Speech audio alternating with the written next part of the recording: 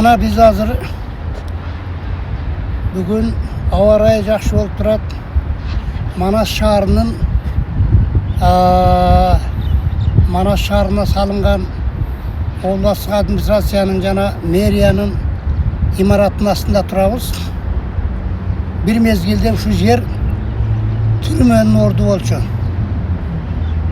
Мынау акыркы жаңы бийлик келгенден бери түрмені ыңгайлуу жерге шаардан сырткары чыгарып, ушул зданиялар салып койду мындай кылып. Эми өтө кооз, өтө ыңгайлуу, өтө Манас шаарын көркүнө келтирип турат. Эми бир нерсени айта кетиш керек. Мындан 30 жыл мурда Манас шаарында, ошондой эле бардык эле Кыргызстандагы шаарларда, областтарда кандай эле мынау акыркы 5 жылда кандай өзгөрүүлөр болду? Жаңы бийлик келгенден бери бардык тармактар боюнча өтө жогорку деңгээлде алдыга жылган өзгөрүүлөр болду да. Муну эл да көрүп турат, билип турат. Мамлекетибиз оңолуу жолуна түшкөнүн, экономикасы көтөрүлгөнүн, элдин жашоосу жакшырганын бардыгы көрүп билип турат. Эми мына жакындан бери бираз 75 жердин каты дейби, наркы берки сөздөр айтылып, анан эл экен, көпчүлүк экен, кээси билип айтып, кээси билбей айтып, кээси көрүп айтып, кээси көрбөй айтып, айрым бийликтерге асылып атат. Туура эмес. Өтө тескери маанидеги жаман сөздөрдү айтып атканы бар. Басмачы, бандит, анан жемкор, паракор деген сөздөрдү. Эми мындай да салыштырууну билбеген адам кагыштырууну жакшы билет дейт. Мындан 30 жыл мурдагын карап көрбөйбү дагы, мына жаңы бийлик келген 5 жылдын ичиндеги өзгөрүүнү салыштырып көрбөйбү. Анан эми иш болгон жерде кемчилдик болот. Ар кандай адамда болот кемчилдик. Кемчилдикти убагында көрө билип, аны жое билиш керек. Азыр эми соттун чечими чыга элек. Тергөө эми бүттү. Сотко өткөрдүк. Сот аныктайт, далилдейт. Анан кемчилдиги болсо, кемчилдиги моюнуна айтат. Ал эми кемчилдиги жок болсо, анан дагы аны дагы айтат. Бирок карапайым эл түшүнүп турат. Түшүнүп турат, кимдин ким экенин түшүнүп турат.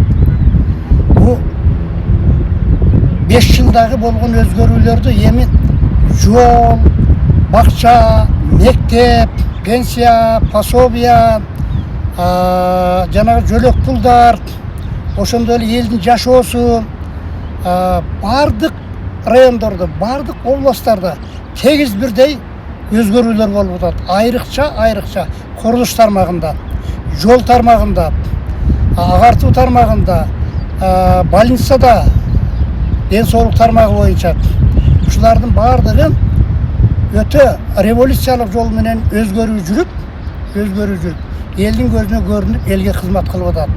Биз ушуну көрүп турабыз. Ошо байкоо жүргүзүп, сөз сүйлөгөндө анализдеп, анан кийин жаман сөздөрдү айтпастан, жыйынтык менен жакшынай кылып сүйлөшүбүз керек. Себеби элдин айрым катмарына айрым бир эки адамдардын, айрым адамдарды жамандоосу, анан жаман сөз айтуусу туура эмес пикир калтырып атат. Мына бул мисалы Камчыбек Кыдыршаев жөнүндөгү кыргыз элинин жалпы элдин пикири мен ойлойм дагы эле көрүп билип турат. Түз. Азыр эми соттун жыйынтыгы чыксын. Ишти акырына чыгарып туруп актап, анан кийин иш жүрө турган болсо, анан ошондо билинет. Кандай болот, кандай жок, эмне кемчилдиги бар, эмне жетишкендиги бар. Мынау алдыбызда жакшы жышан, жакшылыктар болуп атат. Мына президент шайлоо келе атат. Ошонун алдында элге жаман көрсөтүү, ушактоо, анан жек көрсөтүү маселелерин айрым гана, саналуу гана журналисттер, анан мен журналистмин, мен блогермин, мен мынтип чындыкты айтам, мен элге жарыя кылам деген ойлордун бардыгы жарыя кылганда чындыкты айтыш керек. Туура сөз сүйлөш керек, таза сүйлөш керек, бирөөнүн жеке абирине шек келтирбеш керек. Качан гана соттун өкүмү чыккандан кийин, анан кийин ошондон кийин ана сөздөрдү айтууга акысы бар.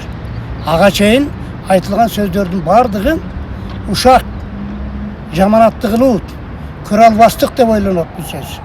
Мен мисалы ошондой ойлойм. Ал эми мамлекет башчысы жөнүндө, Камчыбек Кыдыршаев жөнүндө жалпы Кыргызстандын элинин көз карашы, пикири, улардын кылган эмгектерин баалаганы азыр деле бардыгы эл билип баалап турат, көрүп турат, билип турат. Пикири, ниети ак, дагы эле түз, туура ойдо деп ойлойм мен. Ошондуктан айрым журналмоо кыргыз элине айтар элем. Урматтуу кыргыз элим, ар бир адамдын иштеген адамдын кемчилдиги болот. Ал кемчилдик бетин айтып көрсөтүп койсо, кемчилдикти оңдоп түзөсө болот. Ал эми жанагынтип жерден алып жерге салып, жамандан алып жаманга салып, бир жолу жараксыз кылып, туура эмес пикирлерди айтуунун өзү туура эмес деп ойлойм. Туура жыйынтык чыгаргыла, туура баа бергиле, туура анализ жүргүзгүлө. Анан айрым дагы баса көрсөтүп айтам, айрым журналисттердин, ушакчылардын, блогерлердин айткан сөзүнө толук ишенбегиле. Силер соттун чечими чыккандан кийин, ошондон кийин гана ошо соттун чечимине ишенип, ошол көз карашта болгонуңар туура деп эсептейм. Урматтуу кыргыз элим, мына Жалал Абад шаарында бүт бош жаткан, мусоркана болуп жаткан жерлердин бардыгына жаңы курулуштар курулуп, соц объекттер курулуп, элге кызмат кылып атат. Мурда мусоркана болуп, бош жатып, талкаланып,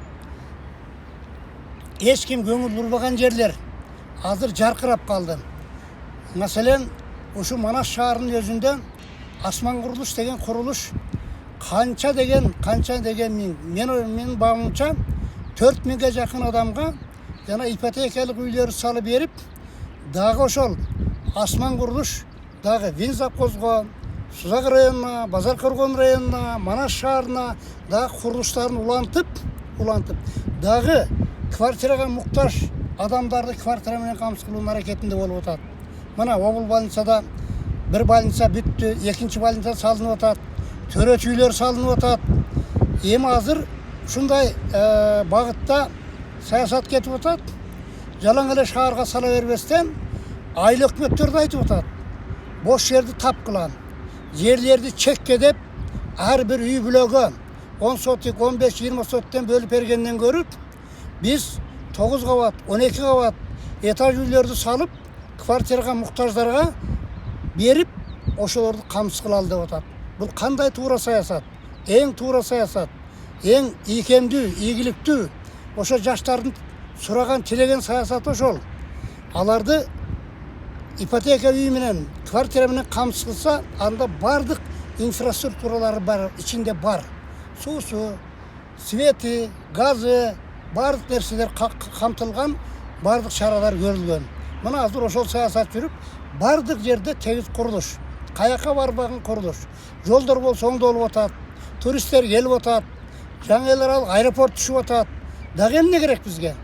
Биз Кудайга 1000 мерте шүгүр деп туруп, ушул азыркы бийликтин саясатын колдоп, колуна кол, бутуна бут болуп, жыра тартпастан, тескери бурбастан, түз ойлорду айтып, туура жолдо, туура пикирди айтышыбыз керек бизге окшогон аксакалдар.